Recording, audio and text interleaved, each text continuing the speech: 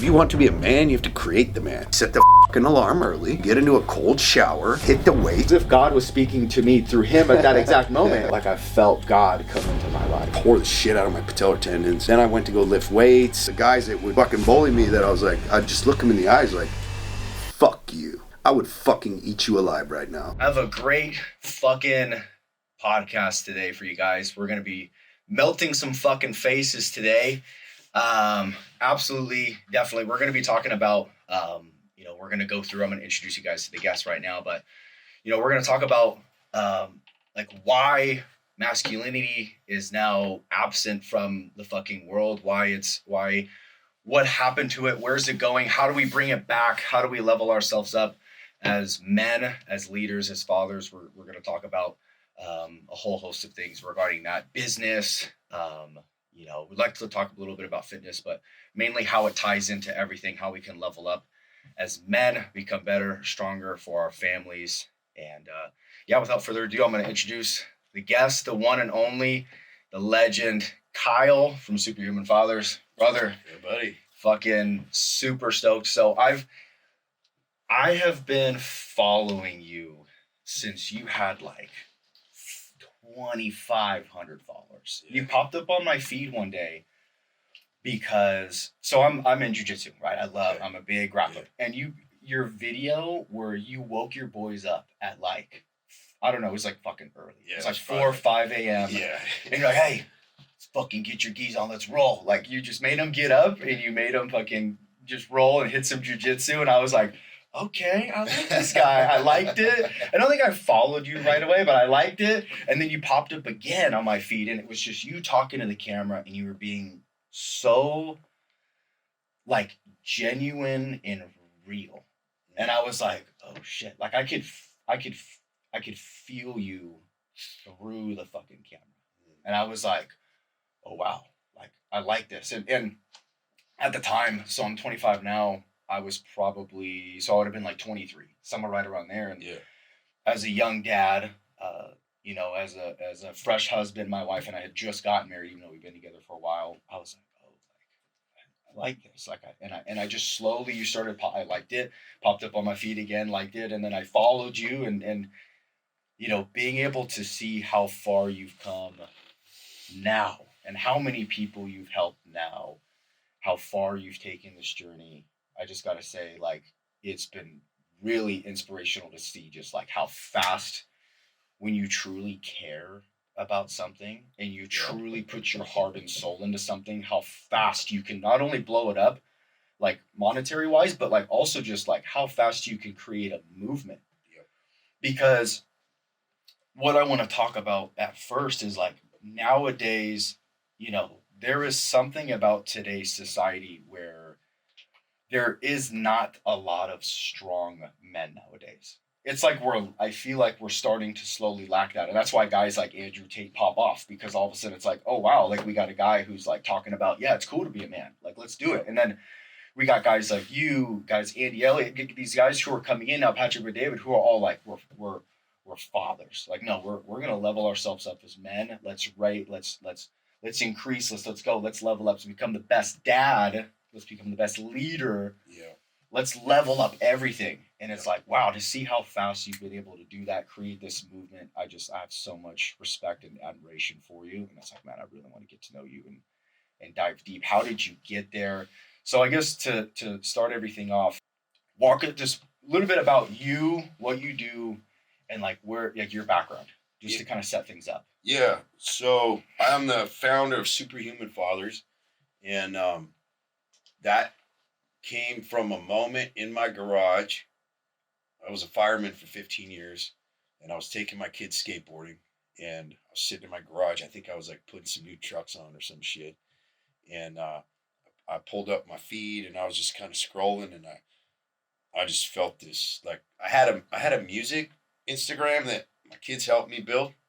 And I was super nervous about putting that shit out because I write music and shit, but it was just me playing at home. And I felt this pull to like put it out to the world, and it was like super uncomfortable. Like I would like put music out and just be like, hey, God, people are gonna see that shit. you know? Yep. And so I was right in the beginning of that, and I had this premonition. Like, start a new account. I was like, I don't remember how to do that. I was like, hey, Cooper, how do I do this? And he's like, here, shows me how to do it. And then I'm sitting there and I'm like, what is this? And it was so clear. It was like Superhuman Fathers. And I was like, oh no. Because I knew what that meant. That meant I was going to spew my truth right there. Typed it in. Voice said, speak. And I was like, hey, I'm fucked up. I'm angry. I'm trying to be a better dad. Like, I want to be a good husband, but me and my wife fight. And I want to be a fucking superhuman father. I'm a fireman. I come home. It's hard. I see some bad shit. I'm tired. I haven't slept. And I just really need to figure this out. A bunch of guys kind of started following. Maybe he had like 300 followers. Talk back and forth about shit. And I was training guys in the firehouse because, like, in the firehouse, like, guys turn to booze a lot. They turn to food. So they used to be badasses, man. They're like, oh, I'm going to be a fireman. I'm going to be badass. And they find themselves like 50 pounds overweight with no energy, like horrendous relationship with their wife. Like, we were fucking 10 times ahead of so many of those guys. So they were looking at me going like, dude, how do you do this? You're always skateboarding with your kids. You're doing your music shit. You have all this energy. You're fucking ripped. Like, what? How do you do this all? So I was like, well, let me show you some pieces of what I was doing. And I started training them, and I started watching these guys pop off, dude. Lives changing. Like, boom, boom. And I'm like, oh, this fucktard can, like, help people? Mm-hmm. I'm like, this is crazy. Like, crazy life changes. Like, once they quit drinking and shit and they get their fitness in order, and now they're starting to be, like, more cognizant in the home of, like, their reactions to their kids and just the systems they have in place so they don't burn everything down around them. And, firemen, we're fucking grumpy, angry motherfuckers. Yeah. We are. We see a lot of shit. Like, just, and then, the way the high expectation in the firehouse is like, it's how we treat each other. We have high expectations of each other and we call out the bullshit. So that's kind of how we run it in the home. But when you play like that in the home, there's some certain lines and ground rules you got to throw down or you're going to burn your world up, So then we started getting guys that weren't firemen, like a fuck ton of entrepreneurs that are like dealing with the same shit. And at the time, I didn't understand that until my business blew up and I was like, holy shit, I think this is harder. Yeah. This is a harder life than being a fireman. Mm-hmm.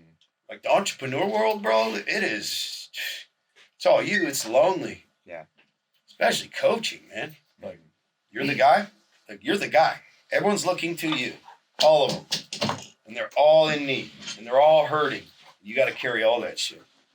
It's heavy as fuck. So now, what do? We get guys ripped so that they can become the weapon, so that they can connect with their wives and lead their family and connect to God. So you make this triangle of leadership in your family to lead your kids. You become the weapon so you can show up for your business, lead your people, build your kingdom. So, like, body is the base. You have to build that shit. Yeah. Because a lot of guys will make money, buy a bunch of toys, buy their wife the car, and they just let their fucking body go. And at some point, their mind will give out on them because their body's done. So they lose all their fire, and they look in the mirror, and they're like, oh, shit, what did I do? Like, I used to be a fucking lion. What happened? Yep. Like, now you're just a soft, pasty, weak man who has no fire and actually wants to figure out how to get out of doing shit. Yeah. How do I rest more? And, like, that guy's miserable. That's like the main guy that comes to us. Guy that's done some shit, hit a brick wall because he let his body go. His wife followed him into it. So now his wife's fat. Yep. And he's like, babe, you got to take care of yourself. She's like, look in the fucking mirror, dude. You did this to me because of your leadership. Yep. If you were leading, I wouldn't be here. Yep. So we lead our families and we become something amazing so that our wife sees us and goes, I want some of that. I want what you have. And you're like, come with me. Okay. And then your kids see husband, wife, living this life. And they go, Mom, Dad, I want some of that. Come with me. And that's how you roll. If you go the other route and you get complacent and just let it all go, flop out, guess what? It's going to happen to your whole family. It's going to happen to all your teams at work. Everyone around you is going to be worse because you're around. And like the name of the game is build people up. Don't drag them down with your presence. And so that's it, man. And that's what we do. And that's what we've done for almost 1,000 guys directly who've paid into the program, and fucking tens of thousands just by community and having conversations and shit, you know?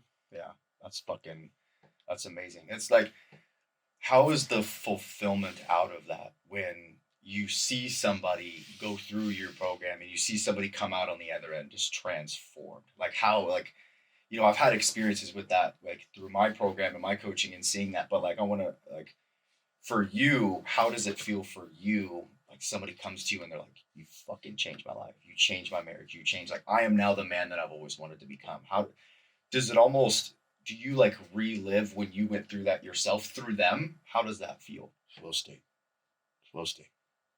I have no pain. I don't worry about anything. I'm just in it. I'm just there with them. Just winning. Like, it's literally, I'm like a obsessed monster when it comes to transformation. Like, especially when a guy tells me, and I don't know why this is, bro. I think it's because I desire connection to my woman so much. And when we are disconnected, I'm in so much pain that, like, when a man's like, hey, we haven't had sex in a year, and like we are connecting intimately like 4 times a week now since we met you. I'm like, bro, I did that shit for you. I did that. Yep. Like, dude, we are homies for life, bro. Like what a great gift I could give to someone. 100%. To connect them with their wife, and like, because there's nothing more miserable than a man who's not getting laid by his wife. Yep. By his own wife, the one who he's chosen, and he's sitting there just dying inside. Yeah. I'll just make more money. I'll just jerk off again. I'll just, like, oh, whatever. I'll just figure it out. That guy's miserable, dude. Yeah. But when you build yourself, it's crazy. Like, when I was in the firehouse, I was a nervous fucking wreck, dude. Like, I was born looking at everybody else that they were better than me, always. Which is a good thing and a bad thing, because I was always willing to learn from people. And I was always like humbly taking in like energy and wisdom. I'm just like, man, I wish I could be like you. I wish I could be like you. And then I had this like love for people. Like when I was 8, I remember my brother, we were at Family Fun Center, and he was riding the bumper boat. You're supposed to ride it like this. And the dumbass turns it this way like it's a handle, right? Yeah. So he's spinning. He's like panicking. And everyone's laughing at him. And I was like so distraught. I was just yelling at him. He couldn't hear me. I just remember being fucking heartbroken about my older brother. And everyone thought it was a joke. And I was like, I'm different, dude. Something different about me. So I've always just given a shit about people in pain. Yeah. And like sensed it and been like I want to help you do something. Like, we got to do something. And that then, with my just lack of confidence, brought me to a place where I lost everything. I worked at a bank, did well because I'm good with people. Yeah.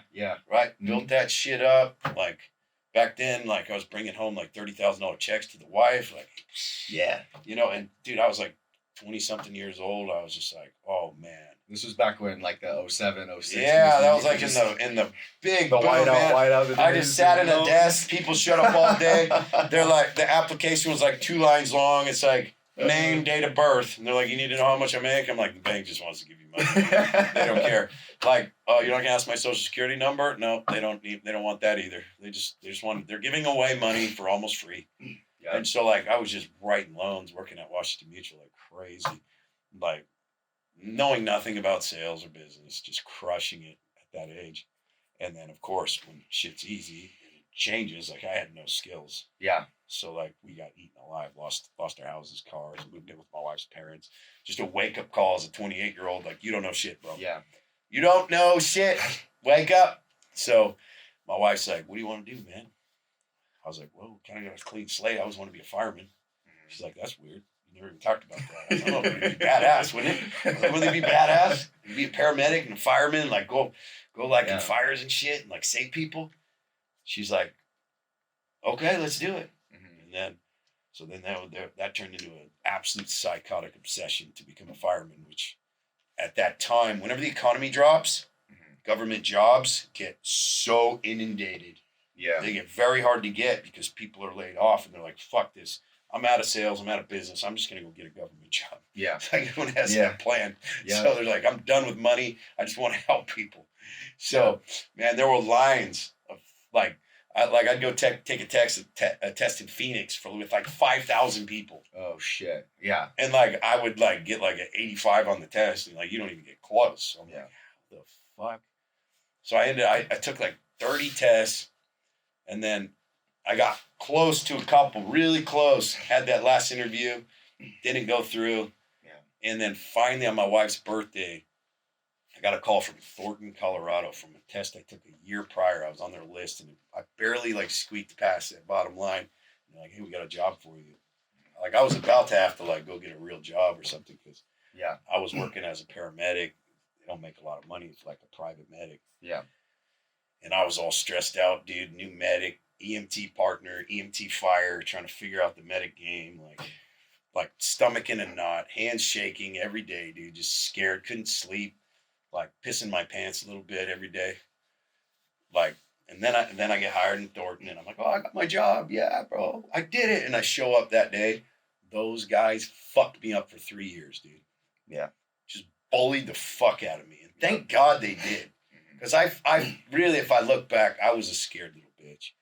And I needed it, man. I needed that shit. I needed to be toughened up for life. And what happens is when you get beat down by guys who actually care about you. Yeah. They want you to win. Yep. But they don't want you to be a bitch. Yeah. So I'm in this position now where guys are waiting for me to rise. Well, about 3 years in, I'm a skateboarder. So I was skateboarding at like 4 hours a day, dude. I was like my wife's sixth son. But, you know, it was rad. I'd do it with my kids and it was fun. But I really fucked my knees up, like bad. Tore the shit out of my patellar tendons. Oh, shit. And I had to get off the truck. Like I couldn't barely walk. And then I went to go lift weights and I blew my back out. So now I got these fucked up knees. My back's blown out. Then I get elbow tendonitis. I'm like, is this it? Am I going to fucking die? Yeah. Like my whole identity was like being active and physical and being a badass on the truck and skateboarding, and now I can't do any of that shit. And I'm just like, well, I should just kill myself. Like, fuck this, dude. Like, what good am I? You know? And then in my head, it was like, you can't kill yourself, man. You got kids. Like, you can't do that to your kids. I'm like, fuck, I can't kill myself. All right, well, I guess I better figure this out. And so that's where my obsession with fitness, physical therapy, and nutrition started coming in. It took me about 2 years to like really get my knees back and get them stronger than they were before. And I figured it out. It just took. I was talking to physical therapists in Germany, all over the world, trying to figure this shit out. Yeah, and I fixed it.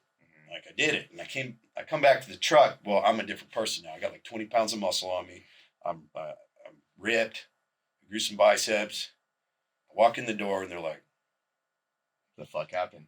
They immediately treated me different. Yeah. And I immediately showed up different. And like, I kind of had this vibe of the guys that would fucking bully me that I was like, I'd just look them in the eyes like, fuck you. Like, you know, we'd be talking, but in my head, I'm like, I would fucking eat you alive right now. And they could feel it. Yep. And I was like, oh shit, this is different. Yeah. And so then I start making better decisions. I start running calls more powerfully. My hands stop shaking. I start surgical cracking motherfuckers, like being the guy to just make the move. Yeah. And I'm like, that changed. Like massively because I got my body together. Yeah. Because I got consistent with my daily habits, my wake up times, my discipline. And I'm like, this is the secret. Yeah. People don't know this. I'm like, how the fuck does this guy not work out every day? I'm like, bro, you got to get your shit together. I'm telling you, there's power on the other side of this. Yeah. You know, but guys couldn't be consistent. They couldn't put drink down. They couldn't put down whenever there were donuts, which is every day at the firehouse. You got fat fuck eating like 12 of them. I'm like, bro, what are you doing? You're killing yourself, bro. You're ruining your life. I'm telling you, on the other side of getting this shit together is massive connection to everything else. And so that guy started training everybody in the firehouse. And that guy, who became absolutely dedicated and consistent and regimented, started putting those systems in place in my marriage, as a father, as my business grew. Well, I was like, I just have to show up like the motherfucker that's never going to stop. And I got to show up more and more consistent than anybody. And guess what happens? The same shit that happened when I walked in the firehouse. I'm going to be that fucking guy. Yeah. And so now, nothing will stop me. I don't have to feel like doing it to do it. I can't not do it. I can't, when you hit me up for the podcast, I don't say no. Mm-hmm. I don't. We're doing it. We're going to figure it out. I also know where you're at, and I know what that feels like. I'm like, let's fucking do some shit to blow you up. Like, let's do some shit. Fuck yeah. I want everybody to win. Everybody. Like, if everybody wins and I win, and everyone around me wins and I win more, then this is a great life, man. Life just exponentially gets better. Yeah, and I also don't give a shit about, like, I've been around such great people that are so giving. You know, sometimes we're raised in this world where everything's competitive and you're trying to crush everyone around you. Like, I don't live like that. Yeah. I'm like, you fucking want it? Here, you take the easy path. Here's the easy path. I'm going to take this fucking hard path, and then let's see what happens. Yeah. Like, always give the bigger piece. Like, be selfless. Have faith. Like, know that if this is God's path for you, then you will lead. And if not, then you won't. I always said that, man. If I'm the guy, then I'll be the guy. And if I'm not the guy, I won't be the fucking guy. But the guy that shows up will be authentic. Yeah. And honest. Amen. And if I'm not good enough, then I'm not good enough. And that's fine. I'll do something else. But if I'm good enough and I'm the guy, we're taking this thing all the way. Amen. Amen to that. Absolutely. So I looked up, I watched a lot of podcasts that you were already on. Like, I really got to kind of deep dive and know you. Going back to when you lost everything back in 2008. Yeah. How was that time with your family unit, with your wife, so you had kids at that time? Yeah, so we had probably three. 2 or 3 at that time. Three kids. How was that, like, going through that, going from making money to now all of a sudden, oh shit, rock bottom. Yeah, rock. Going back to fucking mom and dad's. Yeah. Oh shit. What, like, bringing that all up? Like, how did that Kyle fucking lift himself up and get through that? Because that's got to be. I'll tell you what I did. I took about half a second to feel sorry for myself. Period. That was it. What the fuck is next? That's it. Oh shit. Well, fuck. I cried to an Alicia Keys song on the drive home. Just slammed my head against the steering wheel a little bit. Yep. Bunch of tears. All right. Let's go to war. Yeah. That's it. And that's how my wife was like, all right, I'll stick around for this. You have a plan. I'm like, yeah, your husband's going to be a fucking badass fireman. How's that feel? She's like, that's kind of sexy. I was like, I'm going to give that to you. She's like, I believe you. Yeah. I was like, okay. Everyone's telling us, it's so hard to get hired right now. It's really hard. I don't think this is a good idea. My dad's like, you should join the Border Patrol. I was like, fuck you. Mm-hmm. Like, nothing against Border Patrol, but that's the last shit I want to do every day. Yeah. Like, fuck that. No, I'm going to be a fireman. That is my calling. That is what I'm supposed to do. Yeah. And, like, it took me 3 years. And 3 years of just fucking never being home, by the way. Mm-hmm. Like, working my ass off, volunteering, going on ride-alongs all the time, traveling and testing, making no money, but dedicated to the end goal always. So it's like, that's why I built what I built, is because I don't fucking stop ever and feel sorry for myself. I feel sorry for myself, but I'm moving while I'm doing it. Yeah. Like, I understand the chemicals in my brain, and I understand that failure is real. Yeah. Temporarily. setbacks, you could call them. I understand that like not everything's going to be easy. I understand that I could lose all this shit overnight. Yeah. And I'm okay with that. Is it going to hurt? Yeah. If that were to happen and I had to contract, yeah, that would hurt. But I would rather be the guy with big fucking balls on the bottom coming up than the guy who just like played the safe road. Yeah. And slow rolled it. I don't want to slow roll anything. Yeah. I want to go to war. This is so finite. It's It- like this. It's fucking. I It can just- happen. Yeah, why not? Like, well, that's not safe. And that seems overly aggressive. I'm like, I know. Yeah. That's how I want to live. You know? Where did you get that trait from? Was that how you were brought up? Where did that come from? Because there's a lot of people who might be watching this who are like, if they lost everything, they fucked themselves for years. Yeah. They might become suicidal. They might actually take that route and take that and nix everything. Where did you get that from? That trait to just, I'm fucking cry to Alicia Keys song on the way home. Let's fucking go home. I'm gonna be a fireman. Boom, done. Decisions made. I'm over it. I'm on to the next. Where did that trait come from? I've always like had a lot of faith. Yeah. I was raised Mormon. So I had a connection to God and I went on a mission. So like when I was a kid, I was going on a mission and I was going to absolutely annihilate that mission. Yeah. Like I never slept in once. I didn't take lunch. I knocked more doors than any motherfucker in the world on my mission. Walked fast, like ground my partners into the dust. They're just like, bro, can we take a break? I'm like, this is God's work, bro. Like we don't take breaks. Yeah. They always hated me, bro. I was just like the enforcer. You know, like I'd catch guys like watching movies, which was like completely against the rules. Yeah. And I would like get their videos and break them and shit. And be like, oh, we're getting in line, you know? So, but like that was that kind of protected me and kept me disciplined up to 19. And then I was fully monk life for 2 years. Yeah. 19 to 21, I was a monk. It was all about everyone else. I didn't even think about myself. I didn't even have a boner for 2 years, bro. Yeah. Like I didn't even look at a chick. Yeah. Like, I was so disciplined, laser focused. I was like, no.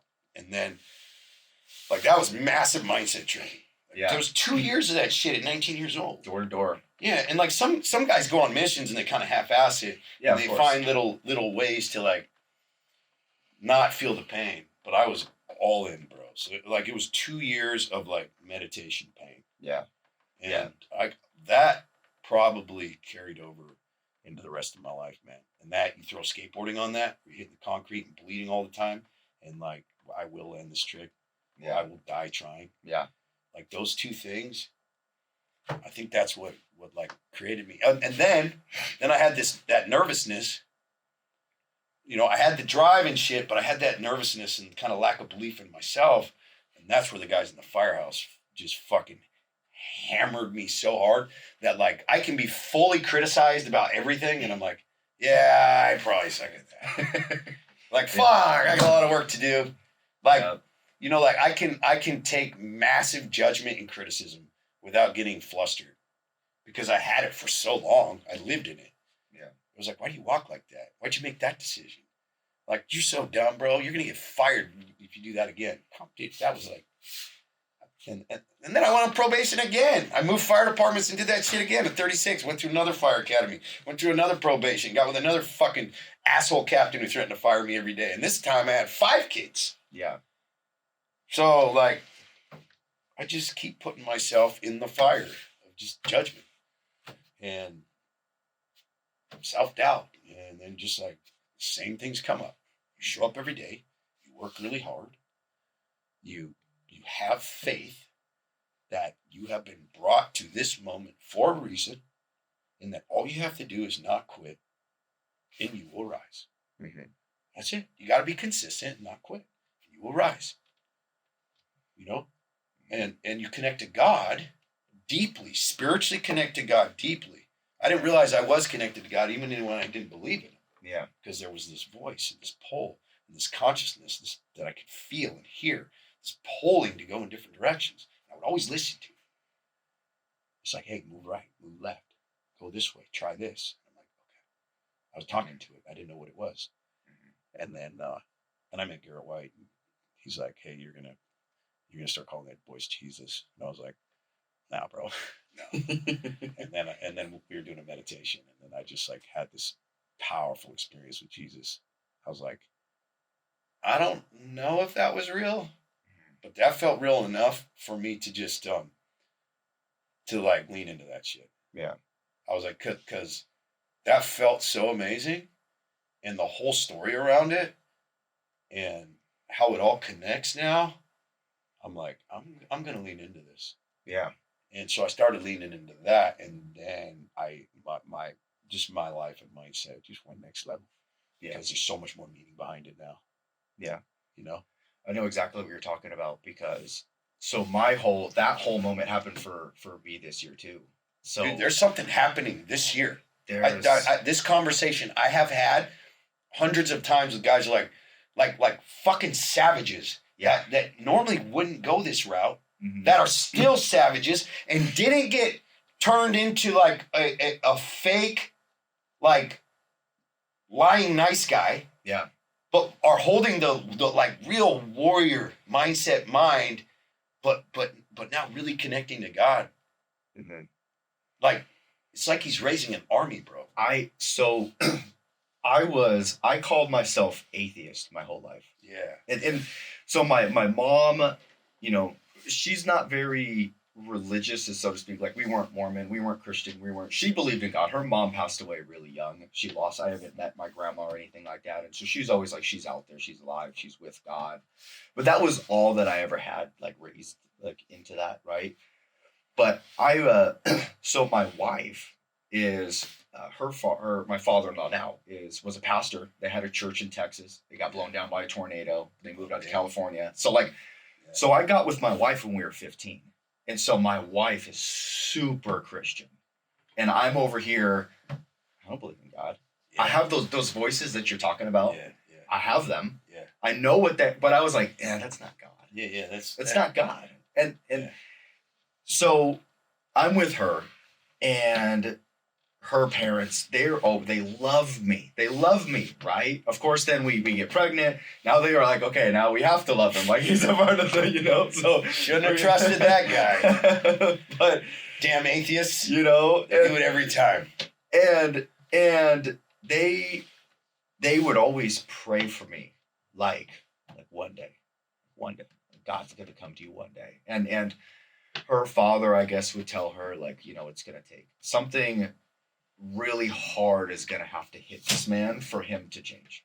But it's going to happen, Miranda. Like, it's going to happen. He's going to change. And so I was atheist, and then I slowly started believing, but I was like, it's just voices. Like, nah, this isn't Jesus. This isn't this. It's all these things that are happening in my life are just, coincidence, blah, blah, blah. And it was this year, my wife and I, we almost like separated. We had a whole, we were extremely disconnected. I had gone through a transformation myself, and had finally leveled myself up, and I was getting attention from Yep.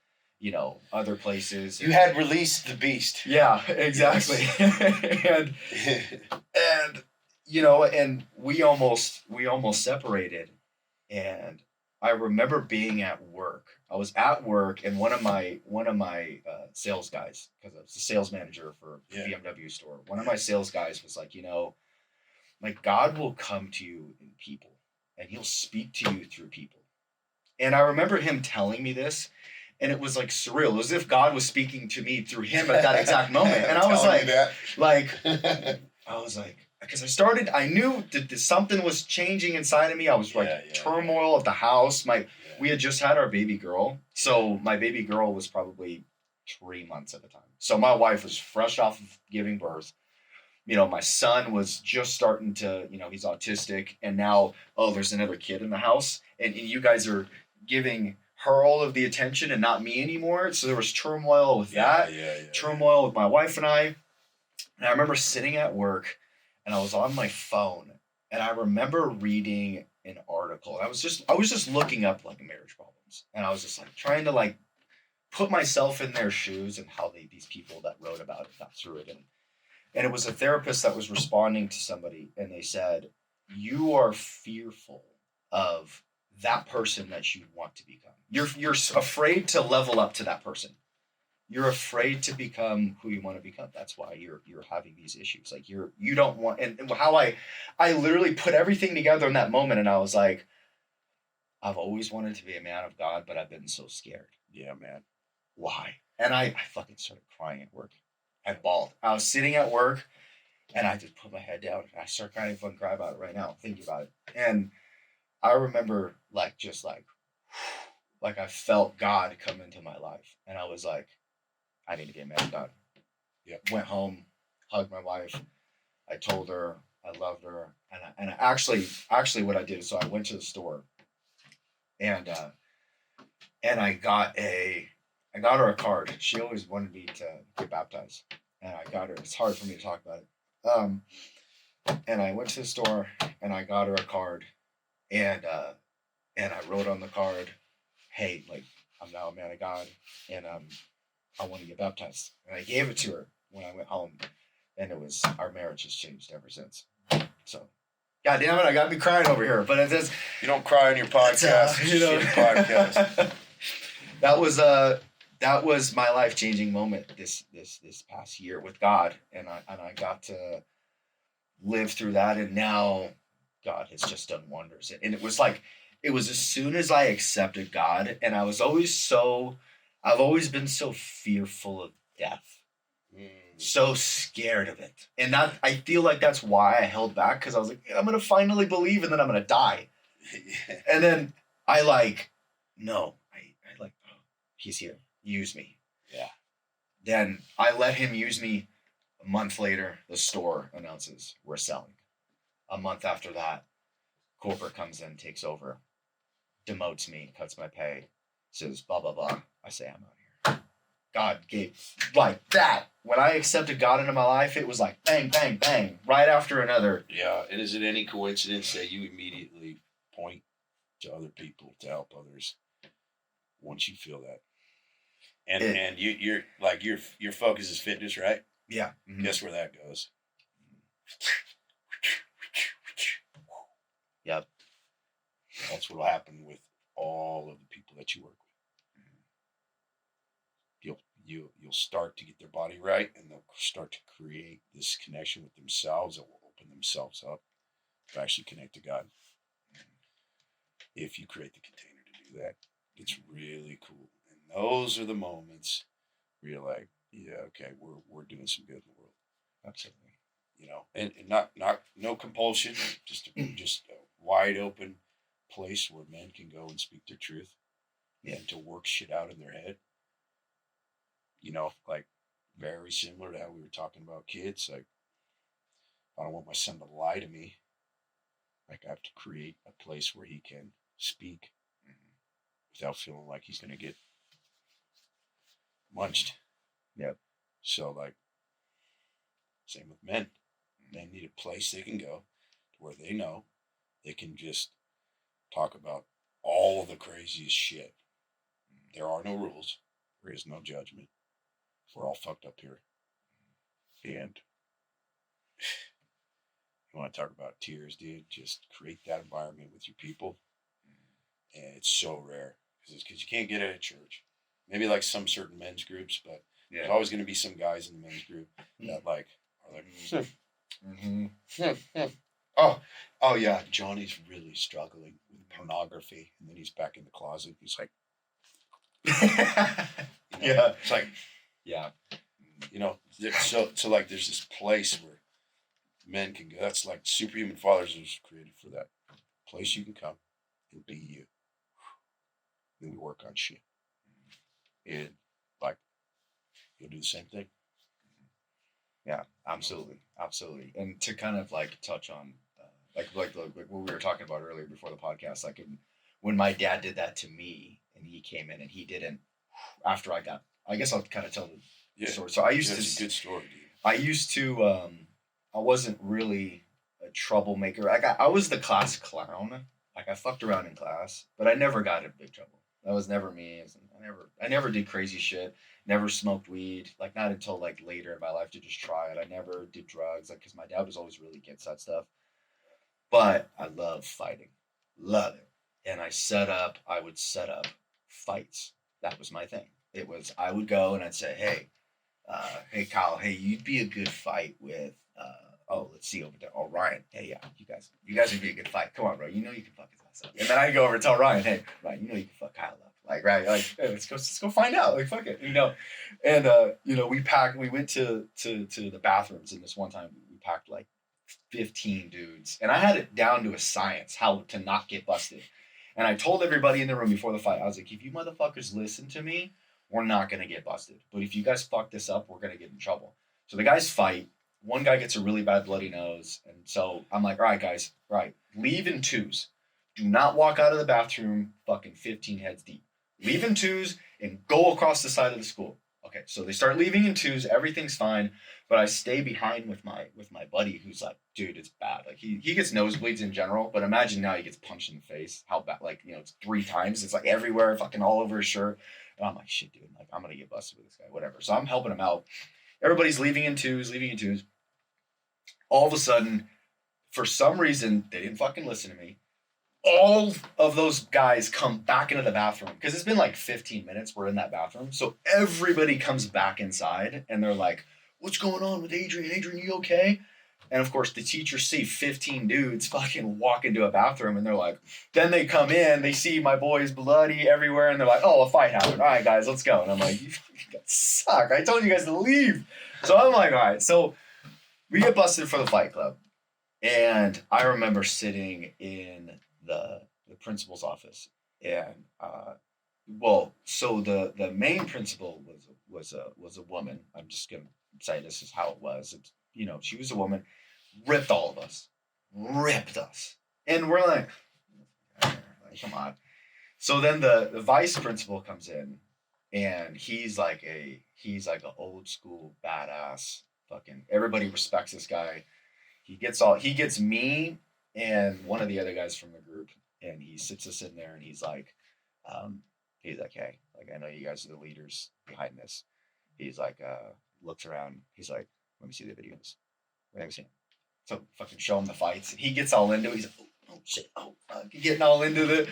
And we're like, oh shit, our fucking principal's into it right now. Like, this is what's up. And he's like, oh shit, it's a good fight, man. Yeah, you set him up good. And he's like, but I gotta call your parents still. Right. And so I'm like, fuck, like, hey, my dad, so my parents were split, but my mom comes and picks me up, and she's super disappointed. But, I was really fearful of my dad because my dad, my dad's not as like tall as us. Like, I'm 6'3", you're at least 6'2", 6'1", 6'3" yourself. Like, we're big, jacked. My dad's like 5'9", but jacked, 220, veins, like everything. And so I'm like, fuck, my dad's kick my ass. He's gonna come beat the shit out of me.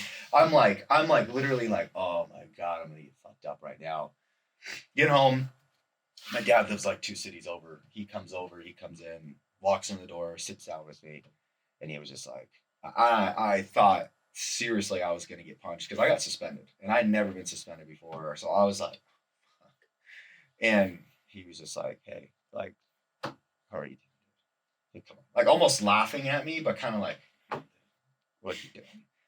What are you doing? You, and I was just like kind of like looked up at him, and like when I made eye contact with him, and I could kind of see he was just like keeping it cooler, and it was like just the really big thing. He didn't make it as big of a deal, but he like kind of was like, "What are you doing?" Asking me questions, and that changed. Like, I never wanted to. After that happened, and we had that conversation, I never wanted to disappoint him again.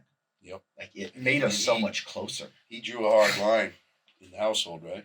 Mm-hmm. Mm-hmm. So, like, this is how a father rolls, dude. Mm-hmm. Like, in my opinion, father holds the line in the house. It's like, if there's disrespect, fucking drop the hammer. Yeah. If there's a bad attitude, we drop the hammer. If some little shit's going down, you drop the hammer. You keep peace in the home. Mm-hmm. But sometimes there's this big shit. The big shit will ruin your fucking kid if they end up like turning into like this vision of themselves as like the bad kid. Yeah. Like, because in reality, like, stuff that the kid thinks are really big, it's not that big, but it could go a route. It could go a route. So there's this intervention of the route of decisions your kid's making. And so I'm noticing with my kids, I have 17-year-old, 15-year-old. Those guys, those kids, as of right now, they're in the clear, dude. Mm. They could move out today. Mm. They're ready. They're fucking savage, disciplined, they're wise, they make good decisions, they're honest, they have integrity. Whew, good. Yeah. 12-year-old, he's like, right there. So like there's this sketchy place where he gets in trouble at school, gets suspended. And I know with this one, I need the truth. I need the truth. The truth will only come out in a very safe environment. Otherwise, if I'm trying to get the truth and I'm hammering him, I'll never get it. He'll lie to me forever. Yeah. So there's times to light your kids up, man. Like we were in the gym this morning, and Cooper wanted to work out with me. He comes in, he starts whining, complaining. He's like, "Get the fuck out of here with that. Like, we're not having that in here. I'm not gonna work out with that energy. Yeah. Like, so shape it up or get out." And he's, "Oh shit, okay." Shaped up. All right, hey, that was great. That's how you change your attitude. Like, that's badass. That's what a man does. He's able to assess where he's at, change his attitude like that. It was amazing. Yeah. But when you need the truth, back up. Especially when they're very emotional. My son was like, he got suspended. He was like almost having a panic attack. Like he was emotionally broken. Yeah. So you come down on him hard when he's emotionally broken, and he has a propensity to tell lies. You're fucked. Yeah. He'll lie to you for the rest of your life. And then if you create a liar, where does that kid go? Yeah. Miserable path. Yeah. So you'll never know as a father. So like, there's this game that I'm seeing having to play with my kids, especially around that age of like 12, 13, where like you have to create a space for them to tell the truth for you, but you also got to hold the line and not let them get away with shit. So you got to pick your battles, and you got to pick the times when you need to back off and get the truth. There's also times where I don't even fucking punish my kids, dude. Yeah. If I get the truth from something big and they told me the truth, I'm apt not to take away the freedom. Just counterintuitive sometimes, because like my son got suspended. He should get grounded, but he gave me the whole truth right up front. That makes a lot of sense. And what he did, I didn't really give a shit. Yeah, it wasn't that big of a deal. Yeah. So we talked about how dumb that was. Look where it led you.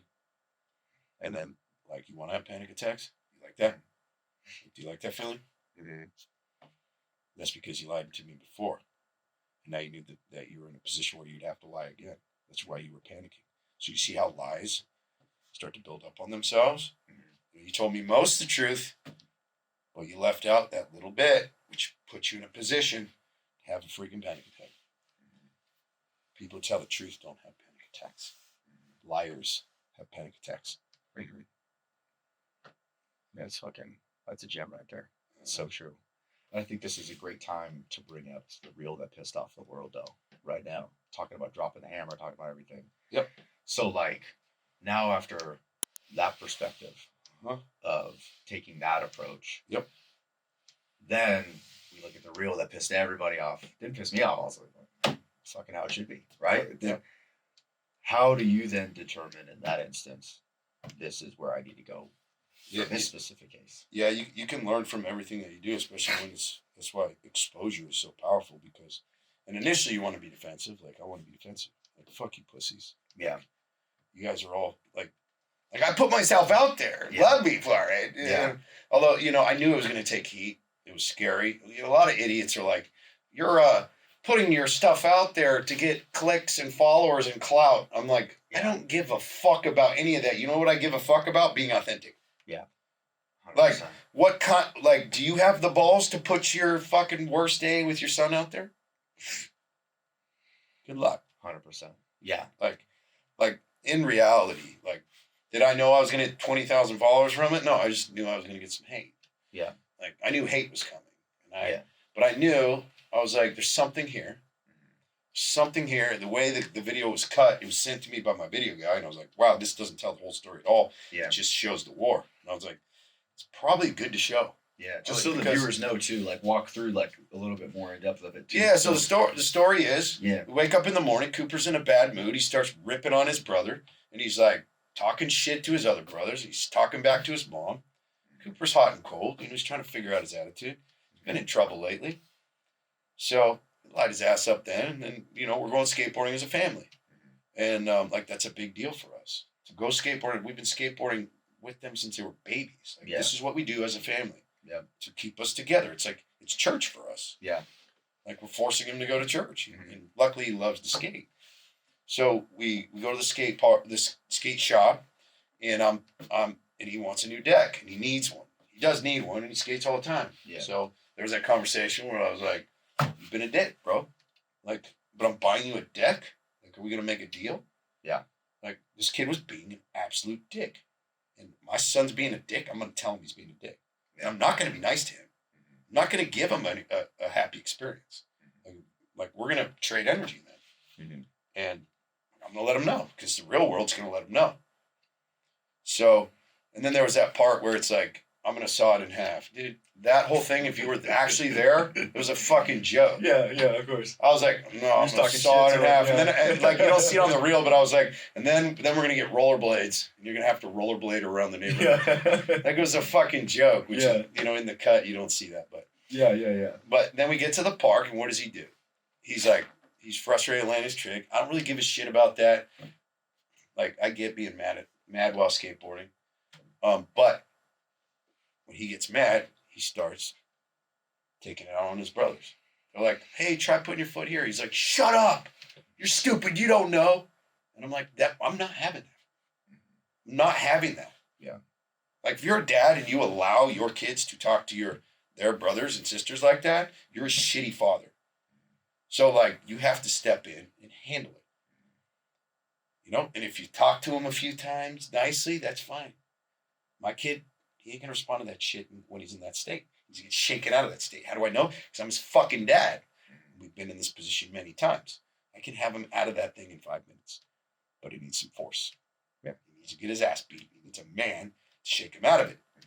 So that's what they saw. If they didn't see, it's conversations after the freaking movie and the ice cream and the like love that we have for each other and the respect we have for each other. Yeah. We don't see that shit. But nobody shows that shit because they're too fucking pussy to show real life. Instagram is full of smiles and bullshit. And one time, somebody puts out some real shit that every father with a teenager will go through. Every single one. Just happened to get caught on film, and I put it out because I'm not a fucking pussy. I'm authentic. I'm going to show the real shit. Amen. Some people saw that. They saw it. They're like, that's ballsy. And I wrestle with my teenager too. Yeah. And then a bunch of idiots who have no kids and maybe a couple little kids who don't have teenagers or anyone getting near there or don't have savages like my sons. Yeah. Who like, go ahead, talk nice to them. Yeah. They will eat you alive. These are, so like, yeah. And my kids are very much like me. Yeah. They're crazy. Mm-hmm. I'm fucking insane. I know that. Mm-hmm. But I also love my kids. And my kids will be good men. Yeah. And anyone that doubts that, just fucking keep watching. Yeah. Watch what happens. Yeah. So, but it is crazy. For me personally, it was very empowering to get so much hate. Yeah. Social media is interesting because they immediately attack you personally. Mm-hmm. In social media rather than having a discussion. Not everybody. But the other thing is that I saw that was crazy is people will come in as a discussion, like maybe questioning what happened, which makes sense. There's no backstory. Also, my parenting is hard at times, which is the best way. Fuck, I don't know, dude. It's what's worked for us. Yeah. So, like, nobody fucking knows. Every kid's different. Yep. Every family's different. What's worked for me is when a kid's popping off, you pop off back to him harder so that he shuts the fuck up and knows who the man is in the family. You are not the alpha here, my friend. I am. This is my house. And there's a certain respect that has to be earned also in order to make that work. Yep. My son respects me as a man. Yep. He's like, my dad's a badass. I want to be like him. So when I do that, it takes a few minutes, but he wakes up. Mm-hmm. If I'm a fat, lazy, soft, weak man, yeah, ain't gonna work. Yep. Ain't gonna work. Nothing would work with my son.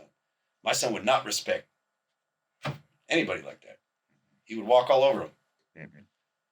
That's why you got to build yourself as a man, as a father, because if you have savage, headstrong kids like me, yeah, they're going to follow a leader that they want to be like. 100%.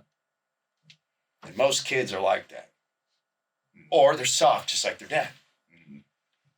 I'm not raising soft children. I'm raising savages that are going to build some amazing shit and do incredible things in the world, just like I am. And they'll be prepared for it. Yeah. If they want it, they'll have all the skills and abilities to handle all the pressures and all the attacks that come with that. You know, if my kids want to be in the military and they get lit up day one, which they will, they're going to be like, I love this shit. It's just like being at home. It's just like that. Yep. Love you, Dad. Mm-hmm. Like, just so many hurtful things. Your kid's going to kill yourself. Your kid will never talk to you as an adult. And I'm like, you're so dumb. Yeah. But at the same time, I kind of get it because, like, let's say you have a dad who acts like that. He's an asshole. And he doesn't love on you. And he doesn't talk to you. He doesn't ask about you. And he doesn't spend time with you. And he doesn't build a relationship with you. Then you're going to see that and go, oh, that guy's like my dad was.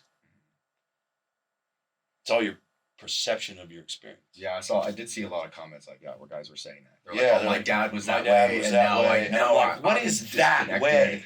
Yeah. What is that way? Because if I was that way all the time, yeah, fuck that guy. Yeah. But when it's needed. Mm-hmm. And then the other thing is people are like, you called your son a dick. Mm-hmm. He was being a dick, yeah. Well, why would you say that to your kid? Authentic with him. Because he was being a dick. And in the real world, when you're being a dick, someone's going to be like, why are you being a dick?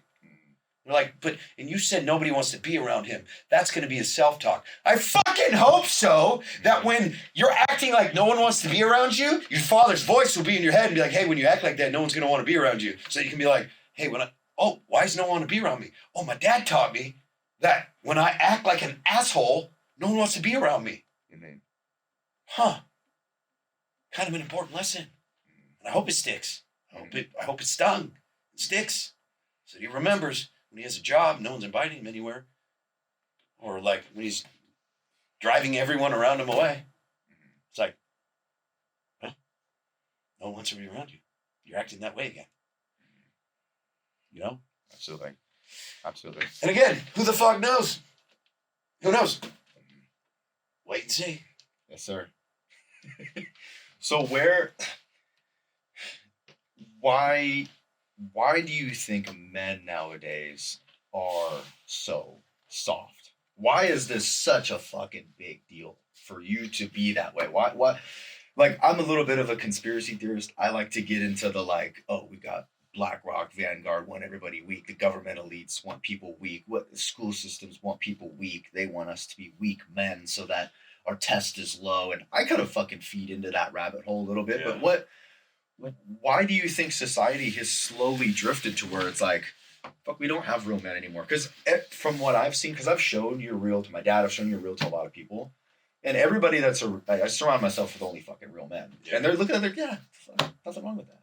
But then I go through the comments and I'm just like, oh my God, where do these fucking softies come from? Like, what do you think right now, society, what's your opinion? What are your thoughts? You don't have from. You could be a soft blob and survive just fine. That's why.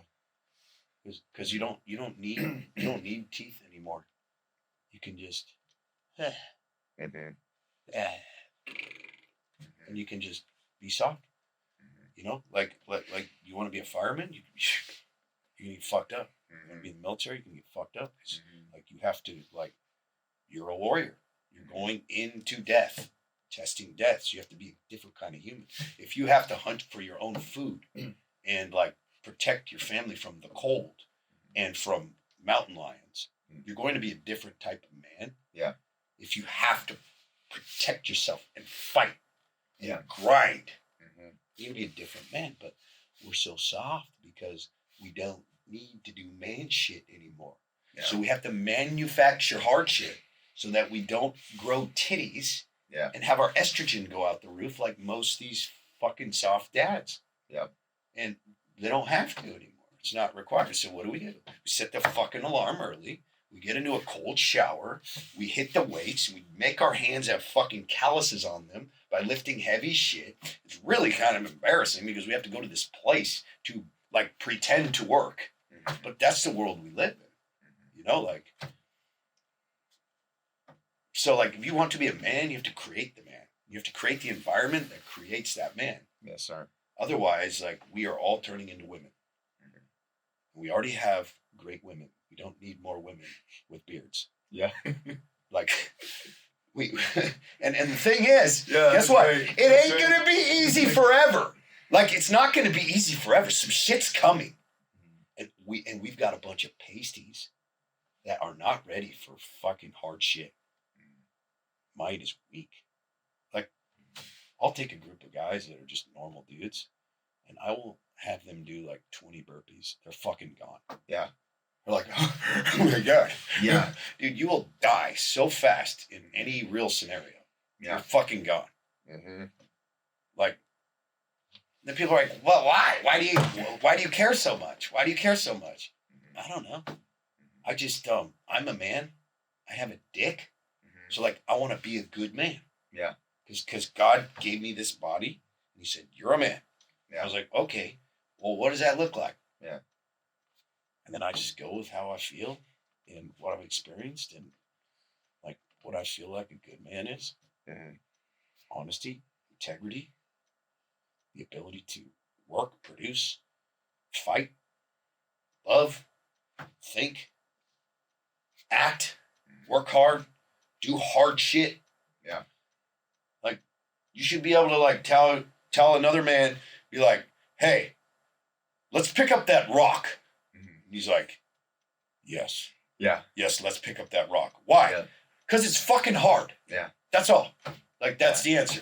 And if you're a man and you hear that and you're like, that's dumb, you have high estrogen and you are slowly losing your manhood. Like, we like to break things. We like to pick up rocks. We like to build shit. We like to create things. 100%. And have fucking respect for each other. And so, you know, I kind of have a interesting opinion on this, but I'm curious what yours is. Why do men nowadays, why do we put off our health so much? It's like the last thing that we give a fuck about. Like, we'll take all of our money and we'll go buy Netflix. We'll buy all the dumb subscriptions. We'll buy all the fucking OnlyFans bullshit. We'll buy fast food, get rich quick schemes. Oh, hey, this business idea. Oh yeah, it's fucking 10, 20 grand. But then somebody comes to them and says, hey, I can help you get fucking healthy, live longer, improve your life so that you have a better quality of life, you're fit for your family, and they won't invest anything. Like, I don't need that. I don't need that. And I think where I see it as is, I think a lot of us, we like to think that, like, everybody else is going to die, but I'm going to live. I'm going to be fine. Right. Nobody ever, like, even though we all know one day our demise are coming, we don't like to believe it. We don't like to think like, oh shit, that's real. So we put our health off because it's like, that's going to happen in the future. They have no idea how it's directly connected to how much sex and connection they have with their wife and how much money they can make when the weapon is sharpened. They're cutting down trees with a rusty axe, and they might be doing okay in the money game. So they're like, I'm good. Yeah, but what could you do? And you're gonna run out of energy. And at some point, you're gonna quit and want to move out when you haven't even gotten close to your purpose of what you were supposed to do, because the weapon gets weak. You can't hang in there. Like, you're gonna build business for a long time. Like, so you're gonna get fucking tired. You know, and then trying to like juggle kids, have the energy for the kids, and then have the energy to like take your wife out on date night every night. Connect with her emotionally, and like just the energy drain of the body of building business, keeping your marriage together, being a father, an attentive father. It's like Like, are you gonna work all day, then go skate with your kids after you hit the gym in the morning? Mhm. Like one day, you take a normal dude, put him in my day, he can't even fucking walk the next day. For probably like a week. Mhm. Like, Mhm. like the energy required to do it all and have it all is fucking insane. Yeah. So like that's what I mean. Like if you want to be a one-trick pony and just like sell some trinkets through some funnels and sit and just like eat chips and watch porn, that's what you're into because your wife doesn't want to fuck you Mhm. because you're disgusting. Mhm. So you got your porn, you got your chips, and you're making money. You're like, all right, that's what you want to do. Like, I want to have it all. For you, these past 2.5 years that you've been doing Superhuman Fathers, what has been the biggest eye opener to life itself? You know, becoming the greatest version of yourself, greatest man, father, everything. What during these last 2 years of seeing all these transformations, helping all these people, building this company, going through it with your wife, with your kids, everybody, what has been, if you can summarize it all, it might be hard, as you know, but to just put it into one thing, but like what has been the like, this is what it's all about. Daily communion with God. That's it. All this leads to that. Like it's crazy. Like the ability to communicate with God, get answers, have a relationship with Him that then guides you in your family, in your marriage, in your business, in your body, in your life. Discovering that was what all this was for, and then having that fold over on itself and be like, you know, you have a specific purpose in your life that if you are willing to put it all in, it's right here for you. But it's going to require everything of you. Like connecting what I'm doing here. Because initially this was not a God thing. Now it's very much. Every day I'm like, God, help me lead these men. Help me become that man. These men that are lost, that need you. So we start with body. We start with discipline. So that they can create a conduit to connect. And then we get the relationship out of the way. We get the money out of the way so that we can connect to purpose. That's the fight. Because if you don't have enough money and you're struggling to pay your bills, you can't focus on God. You're out of your mind. If you're not getting laid, you can't focus. You're out of your mind. Like you got to get these things steady so you can use the weapon that we build to connect to God and figure out what the fuck you're supposed to do with your life. And then, you know, because I know we're coming up on time a little bit here, but I just want to, so how, because I know I'd seen you talk about in the past where all the stuff that you had seen as a firefighter, it was tough for you to like I remember you talking about, like, I think in a podcast I watched, you were like flipping the man off, like, no, you're not real. I've seen some fucked up shit. Yep. How did the tables turn where you were like, oh no, you are real, and there's a reason why that happened? Yeah, basically God told me in communication with Him, you were actually being the bitch. I'm like, what? He's like, I don't care about death. You think death scares me? You think blood makes me cringe? Blood is oil in the machine. Like, you all get so worked up about a kid getting run over. He's like, that's just the machine. And everyone's so scared of pain. Pain is the greatest gift I've given to man, to open you up to me. In the end, what are we trying to do? We're connecting spirit to God, to return to Him. So He's like, in this place, I create these scenarios to bring my children back to me. You think that kid's sad now? No. They're back with me. Like, pain? Physical pain? We're worried about that? It's a joke. Now, for me, I still hurt. Like, physical pain is real. Yeah. Like, I'm not saying I'm not afraid of physical pain. I am. But that's the human side of me, not my spirit. My spirit loves pain. It understands that. So now when I think of all the death, it's like we've been put in this vehicle. The vehicle gets smashed. Spirit leaves. That was the plan in the first place. You know, God has shown in the Bible that He is not afraid of death. Yeah. Like, commanded, like the massacring of complete peoples. Like, yeah. So I'm like, yeah, God is not worried about all the shit that shook me. Yeah. Amen to that. I think that's where it's like I was talking about earlier, how I was so fearful of death. That's been one thing for me that is like it helped me obviously accept him and go through everything. But that was, putting myself in your shoes. Like I never had to see any of that crazy shit. I just hear about it.